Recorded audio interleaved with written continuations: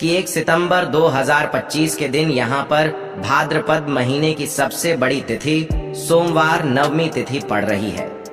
इसीलिए दोस्तों इस दिन का महत्व बहुत ही ज्यादा बड़ा हो जाता है और इस दिन आप लोगों को 2 पीला कनेर के फूल वाला उपाय जरूर करना चाहिए, जो कि पंडित प्रदीप मिश्रा जी ने अपनी अभी की ही कथा, जो कि उनका अपना नगर सीहोर में ही चल रही है, उसी कथा में बताया हुआ है। तो दोस्तों इस उपाय को आपको कैसे करना है, कब करना है, कहां पर करना है और उपाय को करते समय आपको किन किन बातों का ध्यान रखना है, यह सारी जानकारी हम आपको इस वीडियो में देंगे। तो चलिए दोस्तों उपाय को शुरू करते हैं। देखिए यह दिन इतना खास होता है, इतना महत्वपूर्ण होता है। देखा गया है कभी कभी बड़े बड़े पूजा पाठ अनुष्ठान से जो मनोकामना पूर्ण नहीं होती है, वह इस भाद्रपद महीने की सोमवार नवमी तिथि के दिन एक छोटे से उपाय करने से ही आपकी मनोकामना पूर्ण हो जाती है। और बहुत सारे लोगों ने इस उपाय को किया भी है और उनको इस उपाय को करने का फल भी जरूर मिला है। अगर आप लोग भी इस उपाय को 1 सितंबर 2025 भाद्रपद महीने का सोमवार नवमी तिथि के दिन करना चाहते हैं, तो आप इस उपाय को पहले अच्छे से समझ लेना, सुन लेना, उसके बाद करना। आपको इस उपाय का फल जरूर मिलेगा और इस उपाय को करने से आपके घर में चाहे किसी भी प्रकार की दुख और समस्या क्यों ना चल रही हो, आपको उसका कारण भी नहीं पता है कि भाई यह समस्या किस कारण से चल रही है। उसका कुछ भी कारण हो सकता है, जैसे पितृदोष हो सकता है या किसी भी तरह का मंगल दोष भी हो सकता है, और भी बहुत तरह के दोष होते हैं, कुछ भी हो सकता है। पर आपको इस उपाय को करने के लिए अपने दोष को भी पता लगाने की भी जरूरत नहीं है। बस 1 सितंबर 2025 भाद्रपद महीने का सोमवार नवमी तिथि के दिन इस 2 पीले कनेर के फूल वाला उपाय को जरूर कर लेना है। तो दोस्तों अब हम समझते हैं इस वाले उपाय को हमें करना किस समय है। तो सबसे पहली बात दोस्तों हम समझते हैं कि यह 2 पीले कनेर के फूल वाला उपाय करना किसको है। तो देखिए यहाँ पर सीधी सी बात है कि यह 2 कनेर के फूल वाला जो उपाय है, ये किस लिए किया जा रहा है। ये मनोकामना को पूर्ण करने के लिए किया जा रहा है, या आपके जीवन में जो दुख और परेशानियां सालों से चली आ रही हैं, उनको दूर करने के लिए किया जा रहा है, या आपका कोई बड़ा काम है जो कि लाख कोशिश के बाद भी नहीं हो पा रहा है, आप उसके लिए इस उपाय को कर सकते हैं। तो सीधी सी बात यह है कि आप अपनी किसी प्रकार की मनोकामना के लिए इस वाले उपाय को कर सकते हैं। तो यह उपाय वह व्यक्ति कर सकता है जिस व्यक्ति को अपनी किसी भी प्रकार की मनोकामना भगवान शिव जी से पूर्ण करवानी, और अगर कोई भी माताएं बहनें जो है अपने घर की सुख और शांति के लिए, घर में धन समृद्धि को बढ़ाने के लिए, संतान सुख प्राप्ति के लिए, या अपने पति के दीर्घायु के लिए यह वाला उपाय करना चाहती हैं, तो घर की जो बड़ी माताएं बहनें होंगी वह इस 2 पीले कनेर के फूल वाला उपाय को विशेष रूप से करें, क्योंकि आप जानते हैं कि माता बहनें घर की लक्ष्मी होती है, और जब घर की लक्ष्मी कोई विशेष उपाय करती है तो उसका फल भी बहुत जल्दी मिल जाता है और बहुत बड़ा होकर मिलता है। अन्यथा इस उपाय को कोई भी व्यक्ति कर सकता है, चाहे वह बड़ा हो, चाहे वह छोटा हो, चाहे वह बच्चा हो। जिस व्यक्ति को यह 2 पीले कनेर के फूल वाला उपाय समझ आ गया, वह व्यक्ति इस वाले उपाय को इस भाद्रपद महीने की पवित्र दिन सोमवार नवमी तिथि पर जरूर करें। उसको इस उपाय का फल बहुत ही जल्दी मिल जाएगी, क्योंकि यह साल की सबसे बड़ी भाद्रपद की पावन महीना सोमवार नवमी तिथि का दिन है, जो भगवान शिव जी को समर्पित होता है। तो दोस्तों अब हम समझते हैं कि इस 2 पीले कनेर के फूल वाला उपाय को आपको करना कैसे है, और इस उपाय को करने का जो समय है वह क्या है। तो देखिए इस भाद्रपद महीने की सोमवार नवमी तिथि के दिन किए जाने वाला यह 2 पीले कनेर के फूल वाला जो उपाय है, यह मुख्य रूप से सुबह के समय होगा। किस समय होगा? सुबह के समय होगा। आपको कोशिश यही करनी है कि सुबह के समय हम इस 2 पीले कनेर के फूल वाला उपाय को कर लें।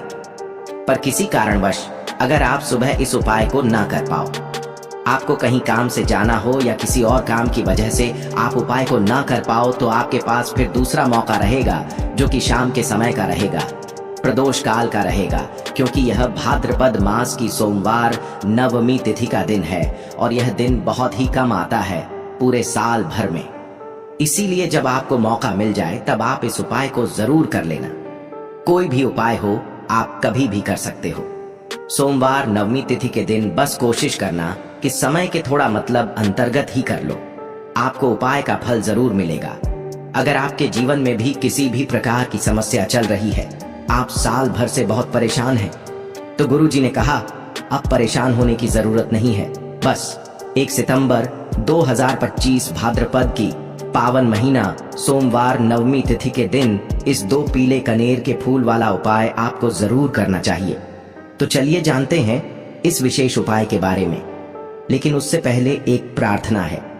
अगर आप चैनल पर नए हो या मेरी आवाज आज पहली बार सुन रहे हो, तो कृपया चैनल को सब्सक्राइब अवश्य कर लें और कमेंट बॉक्स में हर हर महादेव ओम नमः शिवाय जरूर टाइप कर देना। इसके साथ ही अपना नाम और राशि भी जरूर टाइप कर देना। तो देखिए, आप सभी जानते हैं कि भाद्रपद सोमवार की जो दिन होती है वह हमारे महादेव और माता पार्वती के मिलन की दिन होती है। इसके और इस दिन जो भी उपाय किया जाता है वह हमारे शिव और शक्ति को प्रसन्न करने वाले उपाय होते हैं और हमारी सारी मनोकामनाएं को परिपूर्ण करने वाले उपाय होते हैं। तो इस वीडियो में भी हम लोग पूज्य गुरुजी द्वारा बताए गए कुछ बहुत ही खास उपायों के बारे में जानेंगे। यह उपाय आपके जीवन में चल रही सभी समस्याओं को तो समाप्त करेंगे ही, और साथ ही साथ आपके घर में धन धान्य की वृद्धि भी करेंगे और आपके सभी दुख तकलीफ भी खत्म होती है। तो चलिए जानते हैं। पूज्य गुरुजी द्वारा बताए गए सबसे पहले उपाय के बारे में देखिए। इस उपाय के लिए आपको एक लोटा जल ले लेना है। हमेशा की तरह तांबे के पात्र में आपको अपने किचन से ही जल लेना है और इसी के साथ आपको ले लेना है 2 पीले कनेर के फूल। कनेर के पीले रंग के फूल आपके सामने स्क्रीन पर दिखाई जा रही हैं।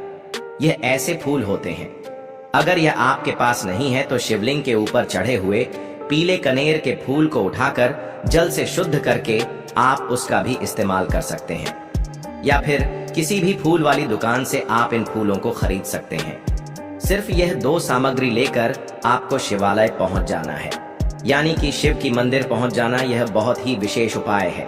जिन लोगों की कोई विशेष मनोकामना है जो परिपूर्ण अभी तक नहीं हो पा रही है, तो उस मनोकामना को परिपूर्ण करने के लिए इससे अच्छा उपाय भाद्रपद अंतिम सोमवार नवमी तिथि दिन के लिए कोई भी नहीं हो सकता है। देखिए, आप शिवालय पहुंचने के बाद सबसे पहले आप दक्षिण दिशा में बैठ जाइएगा और उत्तर दिशा की तरफ अपना फेस कर लीजिएगा। लेकिन अगर शिवालय में भीड़ भाड़ बहुत है तो फिर ऐसी स्थिति में आप किसी भी दिशा में बैठकर शिवलिंग की पूजा प्रार्थना कर सकते हैं। देखिए, पूज्य गुरुजी ने कहा कि इस उपाय को अगर आप शाम को प्रदोष काल के समय में करेंगे तो आपके लिए सबसे उत्तम होगा, क्योंकि यह भाद्रपद मास की अंतिम सोमवार नवमी तिथि का दिन है और इस दिन प्रदोष काल के समय साक्षात माता पार्वती और हमारे देवों के देव महादेव सभी परिवार के साथ शिवलिंग में वास करते हैं। इसलिए अगर आप प्रदोष काल में करेंगे तो आपको विशेष लाभ मिलेगा, विशेष फल की प्राप्ति होगी। लेकिन बहुत से ऐसे शिवालय हैं जिनमें शाम के समय जल समर्पित करने नहीं दिया जाता है, तो फिर ऐसे में आप लोग पूरे दिन में किसी भी समय इस उपाय को कर सकते हैं। देखिए, अब सबसे पहले आप जो 2 पीले कनेर के फूल लेकर आए हैं, उनमें से पहले कनेर के फूल को आप श्री गणेश जी वाले स्थान में समर्पित कर देंगे और श्री शिवाय नमस्तुभ्य मंत्र का स्मरण कर लेंगे। इसके बाद आप जो दूसरा फूल लेकर आए हैं उसको श्री कार्तिकेय जी वाले स्थान पर समर्पित कर देंगे और श्री शिवाय नमस्तुभ्य मंत्र का स्मरण कर लेंगे। फिर उसी शिवलिंग से 3 फूल और उठा लेंगे, क्योंकि आप 2 ही फूल लाए थे ना। इसके बाद तीसरा कनेर का फूल माता अशोक सुंदरी वाले स्थान में समर्पित कर देंगे और श्री शिवाय नमस्तुभ्यम मंत्र का स्मरण कर लेंगे। अब चौथे कनेर का फूल माता पार्वती के हस्त कमल में समर्पित कर देंगे। देखिए, शिवलिंग जिस स्थान पर रखा रहता है, यानी शिव पिंडी जिस स्थान पर रखी रहती है, उस पूरे गोल गोल वाले स्थान को माता पार्वती का हस्त कमल कहते हैं और यहीं पर आपको यह चौथा कनेर का फूल समर्पित कर देना है। इसके बाद आप जो 5वां कनेर का फूल लिए हैं उसको समर्पित कर देंगे शिवलिंग के ऊपर। लेकिन यह फूल शिवलिंग के ऊपर समर्पित करते हुए आपको शिव और माता पार्वती का स्मरण कर लेना है। श्री शिवाय नमस्तुभ्यम मंत्र का स्मरण करते हुए आपके जीवन में अगर धन की समस्या चल रही है तो उसको आप महादेव से दूर करने की प्रार्थना कर लीजिए। या फिर आप अपनी बच्चों की नौकरी के लिए यह उपाय कर रहे हैं तो उसके लिए महादेव से प्रार्थना कर लीजिए। या फिर आप अपने मकान, जमीन, जायदाद के लिए, या फिर आप अपने बच्चों के विवाह के लिए यह उपाय कर रहे हैं तो उसके लिए भी महादेव से प्रार्थना कर लीजिए। जिस भी मनोकामना के लिए आप यह उपाय कर रहे हैं तो उस मनोकामना का स्मरण करिए और महादेव से उस मनोकामना को पूर्ण करने की प्रार्थना करिए। फिर श्री शिवाय नमस्तुभ्यम मंत्र का स्मरण करते हुए यह आखिरी फूल आपको शिवलिंग के ऊपर समर्पित कर देना है। इसके बाद आप जो एक लोटा जल लेकर आए हैं उसमें से थोड़ा जल आप सबसे पहले श्री गणेश जी वाले स्थान पर आपने जो फूल समर्पित किया है उसमें समर्पित कर दीजिए। फिर थोड़ा सा जल आप श्री कार्तिकेय जी वाले स्थान पर जो फूल समर्पित किए हैं उसके ऊपर थोड़ा सा समर्पित कर दीजिए। फिर तीसरे नंबर पर आपने जो फूल माता अशोक सुंदरी वाले स्थान पर समर्पित किया है उस पर एक थोड़ा सा जल समर्पित कर दीजिए। फिर चौथे नंबर पर आपने जो माता पार्वती के हस्तकमल में फूल समर्पित किया है उसके ऊपर थोड़ा सा जल समर्पित कर दीजिए। ऐसा करते हुए पूरा जल आप शिवलिंग के ऊपर धीरे धीरे समर्पित करते जाइए तथा लगातार श्री शिवाय नमस्तुभ्यम मंत्र का स्मरण करते जाइए। अगर आपको शिव परिवार के बारे में पता नहीं है तो सामने आपको एक पिक्चर दिखाई जा रही, शिव परिवार एक इमेज लगी दिखाई जा रही है जिसमें आपको पूरा परिवार दिखाया जा रहा है। इसमें श्री गणेश जी का स्थान कहाँ है, श्री कार्तिकेय जी का स्थान कहाँ है, माता अशोक सुंदरी का स्थान कहाँ है, माता पार्वती का स्थान कहाँ है, यह सारे स्थान आपको दिखाई जा रहे हैं और इन्हीं स्थानों पर आपको यह फूल समर्पित करने हैं। पूज्य गुरु जी कहते हैं कि जो भी व्यक्ति 1 सितंबर 2025 भाद्रपद महीने की आखिरी सोमवार नवमी तिथि के दिन इन 5 स्थानों पर यानी इस पूरे शिव परिवार के ऊपर यह पीले कनेर के फूल समर्पित करके जल समर्पित कर देता है तो उसके जीवन की कोई भी मनोकामना हो वह महादेव की कृपा से बहुत ही जल्द परिपूर्ण हो जाती है। तो दोस्तों, इस विशेष उपाय को आप जरूर कीजिएगा। अब हम लोग जानते हैं गुरु जी द्वारा बताए गए दूसरे खास उपाय के बारे में। यह उपाय भी आपकी मनोकामना को ही परिपूर्ण करने के लिए है। इस उपाय के लिए भी आपको एक लोटा जल ले लेना है और साथ ही 3 बेलपत्र ले लेनी है। एक लोटा जल आपको अपने किचन से लेना है और बेलपत्र अगर आपके पास हो तो ले लीजिए और ना हो तो फिर आप शिवलिंग के ऊपर छड़ी हुई बेलपत्र को उठाकर जल से शुद्ध करके फिर उसका भी इस्तेमाल कर सकते हैं। अगर आप पहले उपाय ना कर सके तो फिर आप इस दूसरे उपाय को कर सकते हैं। दोनों ही उपाय आपके जीवन की मनोकामना को परिपूर्ण करने के लिए है, धन धान्य के भंडार को भरने के लिए है। देखिए, अब सबसे पहले यह दोनों सामग्री लेकर आपको पहुंच जाना है। किसी बेल वृक्ष के नीचे यह उपाय भी आप सुबह से लेकर शाम तक किसी भी समय कर सकते हैं। बेलपत्र के वृक्ष के नीचे पहुंचकर बेलपत्र की जड़ के आसपास आपको कहीं बैठ जाना है, लेकिन आपको अपना फेस उत्तर दिशा की तरफ करना है, यानी आपका जो चेहरा होगा वह उत्तर दिशा की तरफ होगा। उत्तर दिशा की तरफ आपको अपना मुख रखना है और फिर यह तीनों बेलपत्र आपको अपनी हथेली में रखना है और आपको अपनी मनोकामना बोल देनी है। जिस भी मनोकामना के लिए आप यह उपाय कर रहे हैं अपनी मनोकामना का स्मरण कर लीजिए और इस बेलपत्र को आप बेलपत्र के पेड़ की जड़ के पास कहीं पर रख दीजिए और श्री शिवाय नमस्तुभ्यम मंत्र का स्मरण करते हुए 1 या 2 मिनट बाद इस बेलपत्र को वापस उठा लीजिए और फिर यह दोनों सामग्री लेकर आप शिवालय आ जाइए। अब शिवालय आने के बाद यह बेलपत्र आपको शिवलिंग के ऊपर समर्पित कर देनी है और फिर से आपको वही मनोकामना बोल देनी है जो आपने बेलपत्र के वृक्ष के नीचे बोली थी। दोनों जगह आपको एक ही मनोकामना बोलनी है, इस बात का आप ध्यान रखिएगा। फिर इसके बाद आप जो एक लोटा जल लेकर आए हैं इसको धीरे धीरे इसी बेलपत्र के ऊपर समर्पित करते जाइए तथा लगातार श्री शिवाय नमस्तुभ्य मंत्र का स्मरण करते जाइए। पूज्य गुरु जी ने कहा कि जो भी व्यक्ति इस विशेष उपाय को भाद्रपद महीने की अंतिम सोमवार नवमी तिथि के दिन करता है तो उसकी बड़ी से बड़ी मनोकामना शिव और शक्ति की कृपा से बहुत ही जल्द परिपूर्ण हो जाती है।